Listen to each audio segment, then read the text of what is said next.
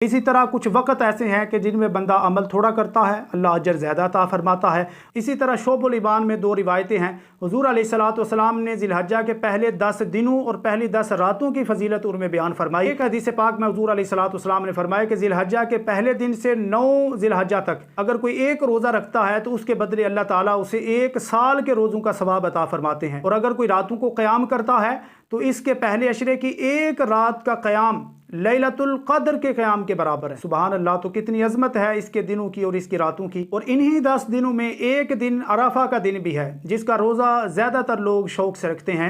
तो उसके हवाले से भी हदीस पाक समात फरमा ले। मुस्लिम की रिवायत है, हुज़ूर अलैहिस्सलातु वस्सलाम ने फरमाया कि जो यौम अरफा का रोज़ा रखेगा तो मुझे अल्लाह ताला की रहमत से उम्मीद है कि उसके 1 साल बाद वाले और 1 साल पहले वाले 2 सालों के गुनाह अल्लाह ताला मुआफ़ फरमा देगा। इसी तरह मुस्लिम की एक और रिवायत है, हुज़ूर अलैहिस्सलातु वस्सलाम ने इरशाद फरमाया, आम दिनों में इतने लोगों को अल्लाह ताला जहन्नम से रिहा नहीं फरमाता जितने लोगों को अरफा के दिन अल्लाह ताला जहन्नम से आज़ादी अता फरमाता है। इसी तरह तिरमिज़ी की रिवायत है, अफ़ज़लुद दुआई दुआउ यौम अरफा था, कि सबसे अफजल दुआ वो है जो अरफा के दिन मांगी जाती है। सुबहान अल्लाह, तो कितनी अज़मतें हैं, कितनी फजीलतें हैं इन दिनों में इबादत करने की, रोज़ा रखने की और रातों को क़याम करने की। लेकिन यहाँ मैं एक मसले की वजाहत करता चलूँ कि जो लोग यौम अरफा का रोज़ा रखते हैं वो फिर ये सोचते हैं कि अब अरफा का जो रोज़ा है वो हम अपने मुल्क के हिसाब से करेंगे या सऊदीया वालों के हिसाब से करेंगे, क्योंकि वो एक दिन हमसे आगे हैं, उनकी ईद भी पहले होती है और अरफा का दिन भी हमसे पहले होता है। तो ये मसला अच्छे तरीके से ज़हन में रखें कि आप जिस जगह पे रहते हैं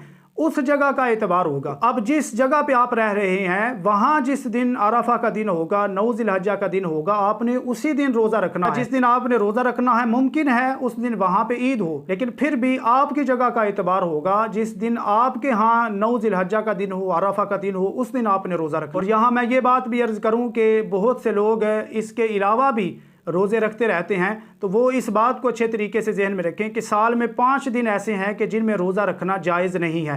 एक ईद उल फितर का दिन है, एक ईद उल अज़हा का दिन है और 3 दिन ईद उल अज़हा के फ़ौरन बाद वाले हैं।